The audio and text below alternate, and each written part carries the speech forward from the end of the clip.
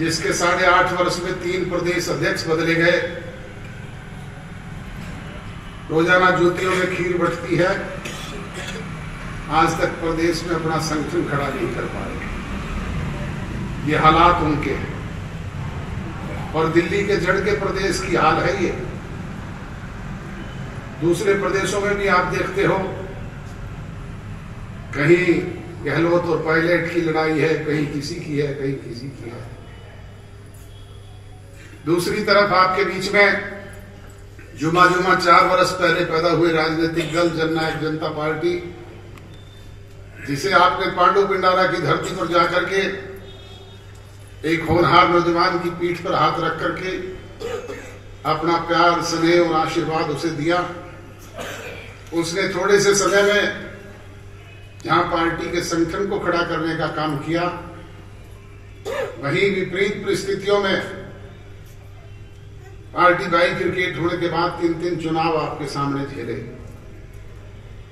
कभी लोकसभा के चुनाव आए, कभी जींद का उपचुनाव आया, कभी हरियाणा की असेंबली के चुनाव आ गए।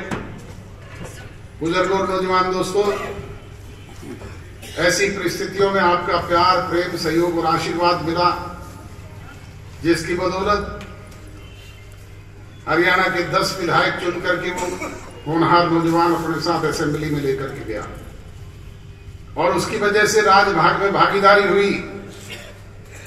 राजभाग में जब भागीदारी हुई तो हमारे वर्करों के चेहरे पे लाली आई। उनको एक उम्मीद जगी कि 15 वर्ष से अपोजिशन में बैठे हुए थे, अब हमारे काम होंगे, बच्चों को रोजगार मिलेगा, ट्रांसफर होंगे, विकास की गंगा बहेगी, दूसरी समस्याओं से हमें मुक्ति मिलेगी।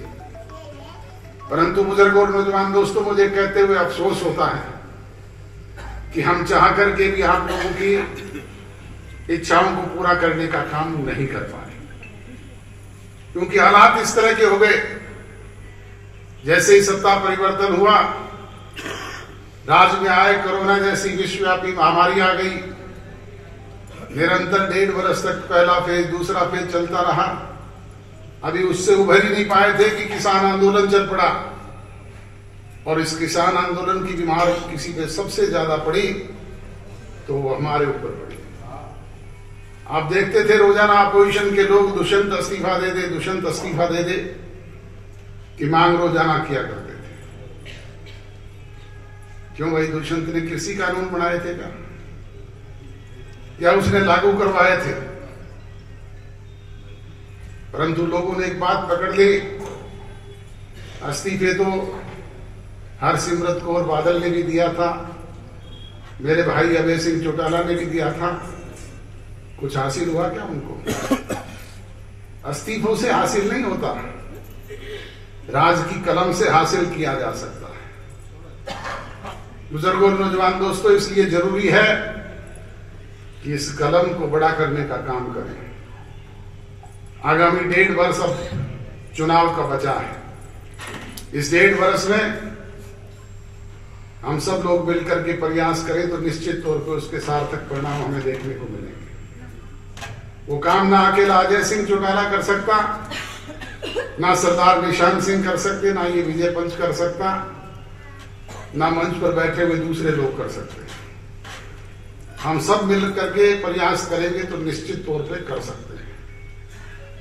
इसके लिए जैसा राजेंद्र लितानी जी ने और रविंदर ने बताया कि हमें गांव-गांव में हर बूथ स्तर तक एक बूथ योद्धा जो पढ़ा लिखा हो, समझदार हो, सारी बातों को जानता हो, उसके साथ साथ माताएं और बहनें हर बूथ पर एक बूथ सखी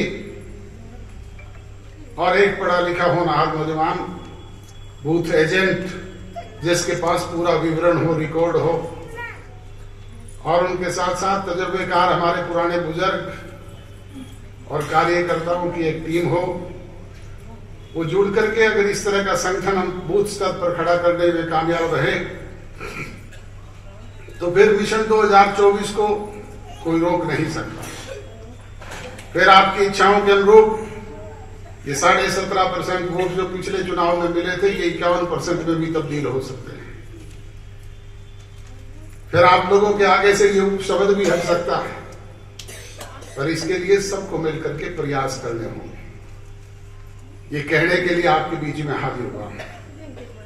और दूसरा, अजीज दिग्विजय सिंह चौटाला की 15 मार्च की शादी है। 10 तारीख को सिरसा में उसके लिए प्रीति भोज का आयोजन किया गया। हमारे ब्याह शादी का नोता पीले चावल लेकर के दिए जाते हैं।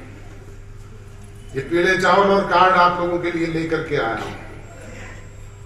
सभी हल्का इकाई के अध्यक्ष मुझसे ये प्राप्त कर लें और वो गांव गांव में जाकर के पार्टी के सभी समर्पित कार्यकर्ताओं को, ग्राम पंचायत को